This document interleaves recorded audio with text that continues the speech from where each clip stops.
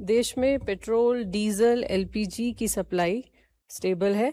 Refineries optimum capacity पर operate कर रही हैं। क्रूड इन्वेंट्रीज मेंटेन्ड हैं और परंतु इसके अलावा कुछ रिटेल आउटलेट्स के ऊपर हाई सेल देखी जा रही है और इसका मुख्य कारण है कि जो इंडस्ट्रियल और डायरेक्ट या इंस्टीट्यूशनल और कमर्शियल कंज्यूमर्स हैं उनकी सेल रिटेल आउटलेट्स पर शिफ्ट हुई है।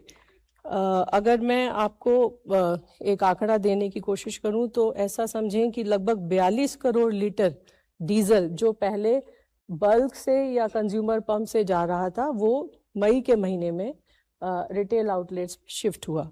इस शिफ्ट की वजह से कुछ सप्लाई इश्यूज आए।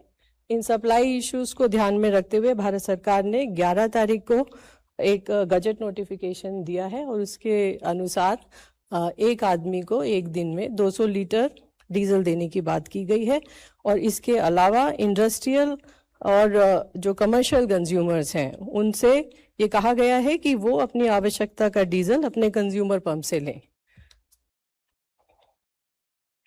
इस संबंध में मैं ये आपको बताना चाहूँगी कि ये एक टेम्परेरी ऑर्डर है और लगभग 90 दिन तक के लिए है और देश में पेट्रोल और डीजल की कोई भी शॉर्टेज नहीं है। आम उपभोक्ता को इनकन्वीनियंस से बचाने के लिए ये ऑर्डर लाया गया है और ताकि जो आम उपभोक्ता है, किसान है, टू व्हीलर है, उन लोगों को अपने पेट्रोल पंप पर जाकर कन्वीनियंटली डीजल और पेट्रोल मिल सके।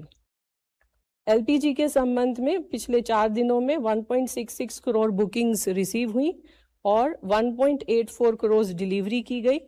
Backlog has come down to 3.3 days now.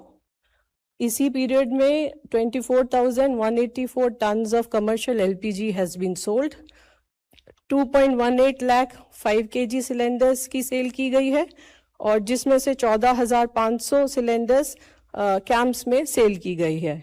PNG connections में 9.76 लाख पीएनजी कनेक्शंस को गैसीफाई किया जा चुका है मार्च से लेकर अभी तक और इंफ्रास्ट्रक्चर एडिशनल 3.19 लाख कनेक्शंस के लिए क्रिएट हो चुका है।